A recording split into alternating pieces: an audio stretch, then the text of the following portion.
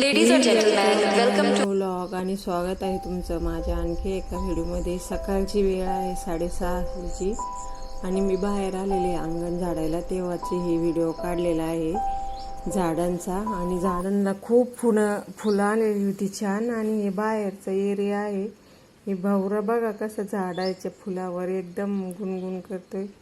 सकाळचा सीन आहे 6 वाजताचा आणि त्याच्यानंतर मी फुलं देवासमोर घेऊन आलेले आहे आणि चहा वगैरे घेऊन या खिडकीत बसण्याची मला सवय आहे। तर माझ्या कपाचं नाव पण आहे, त्याचं नाव आहे काय ते तुम्ही सांगा। आणि स्वयंपाक वगैरे झाल्यानंतर आज खूप काम करायचं होतं, त्याच्यामुळे लवकर स्वयंपाक आवरून घेतला। पोळ्याचे पोहे बनवले, 2-3 शेळ्या पोळ्या होत्या तर कांदा वगैरे घालून, त्याची टेस्ट छान लागते पोळ्यांच्या पोह्याची, म्हणून गरम गरम सगळेच खातात ते आणि पोळ्यांचा पण नाश होत नाही। पोळ्यांचे पोहे बनवल्यावर मग पोळ्या लाटल्या मी आणि जेवणाची तयारी केली। जेवण वगैरे झाल्यानंतर मग मी काय केलं,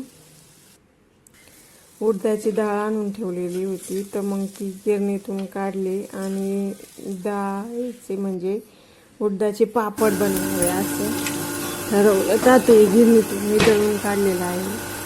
आणि त्याच्यामध्ये मी एकत्रच पुड्या टाकून घेतल्या, 3 किलो पिठाला 3 पुड्या मी टाकून घेतलेल्या आहे, म्हणजे मसाला एकदम परफेक्ट झाला। आणि पापड लाटायला घेतलेले आहे, एकदाच काढून ठेवलं का म्हणजे वरून मीठ वगैरे टाकण्याची काही गरज पडत नाही आणि पापडाची टेस्ट पण छान येते।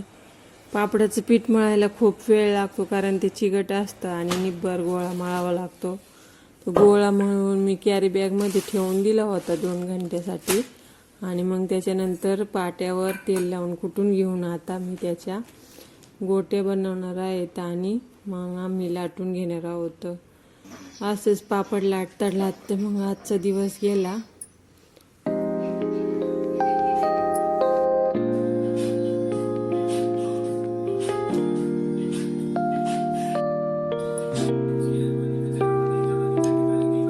आणि मी अशा सुरीने लाट्या बनवल्या होत्या, तर मग त्या छान बनतात, आपल्याला जास्त मेहनत घ्यावी लागत नाही, सॉफ्ट पण होतात। ग्लास